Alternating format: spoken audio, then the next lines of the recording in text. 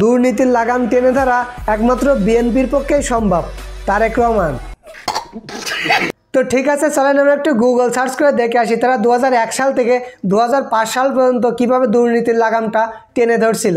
তো গুগলে আমি ঢুকি, গুগলে ঢোকার পরে যে তোমার লেখা আছে আমি চাপ দিলাম। তো দেখেন পত্রিকার রিপোর্টগুলো এই জায়গায় দিয়ে দিয়েছে, যেসব পত্রিকা থেকে এই রিপোর্টগুলো পাবলিশ হয়েছিল এগুলো দেখেন এই জায়গায় দিয়ে দিয়েছে। ডিসপ্লের উপরে বড় করে রেখে দিলাম, আপনারাও একটু পড়ে দেখবেন আমার ভুল হচ্ছে কিনা। ট্রান্সপারেন্সি ইন্টারন্যাশনালের রিপোর্ট অনুযায়ী বাংলাদেশের জাতীয়তাবাদী দল বিএনপি এর নেতৃত্বাধীন 4 দলীয় জোট সরকারের আমলে বাংলাদেশের পরপর 5 বার দুর্নীতিতে বিশ্ব চ্যাম্পিয়ন হয়েছিল।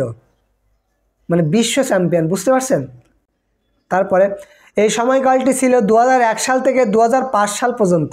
তাইলে আপনারাই বলেন তারা আসলে দুর্নীতির লাগাম কেমন টেনে ধরতে পারছিল আর এখন কেমন পারবে, সেটা আপনারাই বলেন, আমি কিছু বলবো না, আপনারাই বলেন। এবং আমার তথ্যটা যদি আপনাদের বিশ্বাস না হয় আপনারা এভাবে সার্চ করেন, গুগল আছে তো, গুগল তো আমার তৈরি না বা অন্য দলের তৈরি না, এটা তো ইন্টারন্যাশনাল রিপোর্ট, তাই না? আপনি একটু চেক করে দেখেন, বিশ্বাস না হয় আপনি ফাও কথা না বলে কমেন্ট উল্টাপাল্টা না করে আপনি একটু পরীক্ষা করে দেখেন, আপনার দল আপনি একটু পরীক্ষা করে দেখেন।